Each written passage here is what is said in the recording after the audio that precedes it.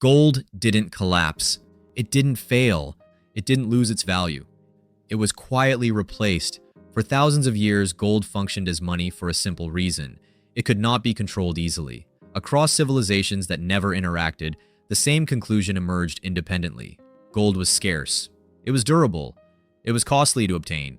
And because of that, it imposed discipline, not just on economies, but on rulers themselves. Gold didn't just store value, it enforced consequences. For centuries, political power operated within those consequences. Wars required taxes, expansion required sacrifice.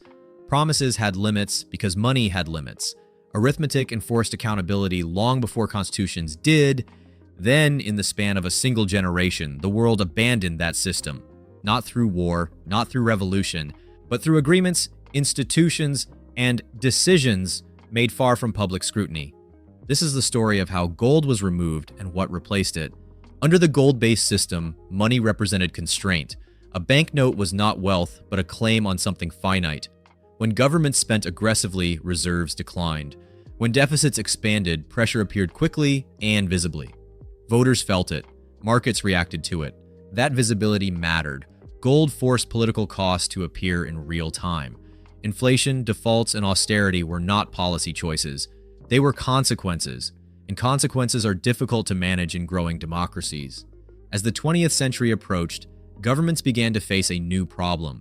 Their ambitions were expanding faster than their ability to fund them transparently. Wars were becoming global. Populations expected more services.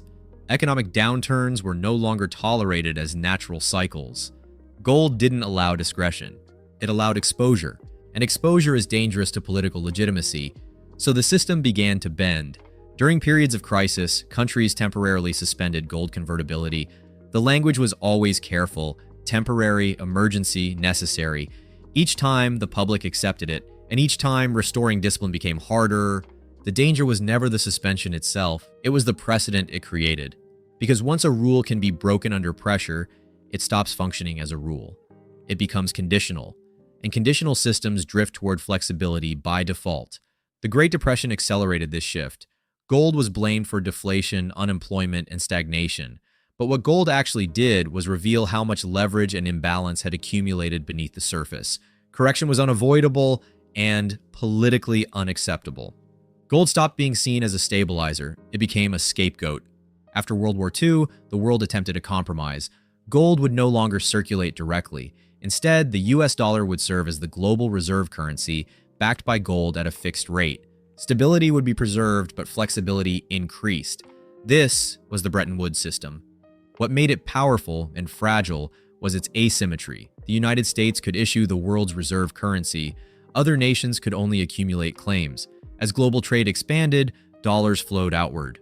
Gold did not. Confidence masked the imbalance for years, but arithmetic eventually reasserted itself.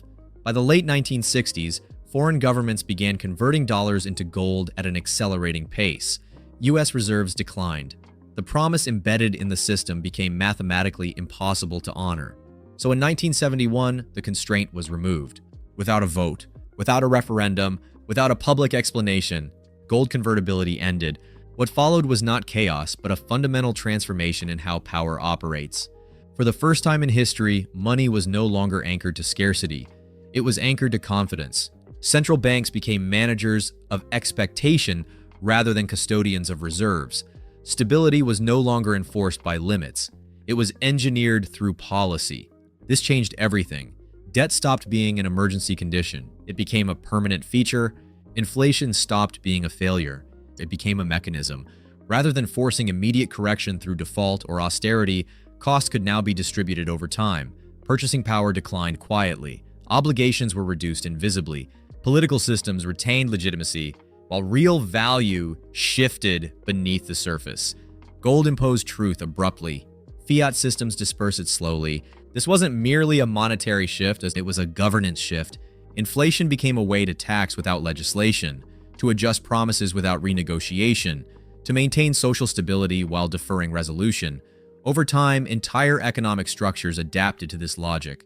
Markets expanded because liquidity had to go somewhere. Debt accumulated because it could. Intervention became expected because precedent demanded it.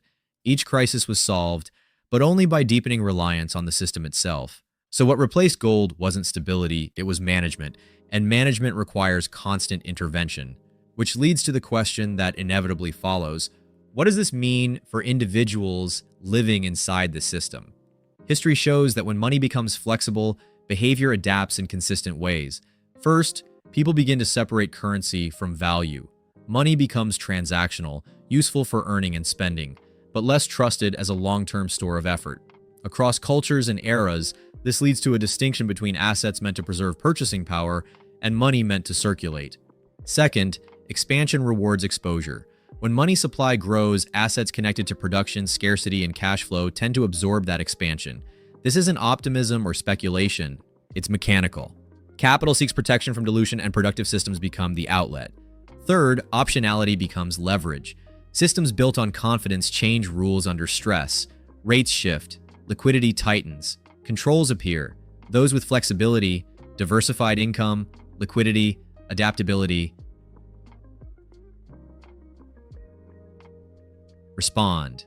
Those without flexibility are forced to absorb the outcome. Finally, fragility accumulates where certainty feels highest. Leverage builds in environments perceived as safe. History shows that failure rarely begins where fear is obvious. It begins where assumptions go unchallenged and risk feels invisible. None of this requires prediction. None of it requires panic. It requires understanding the operating system. Gold was removed because it enforced limits. What replaced it rewards adaptation.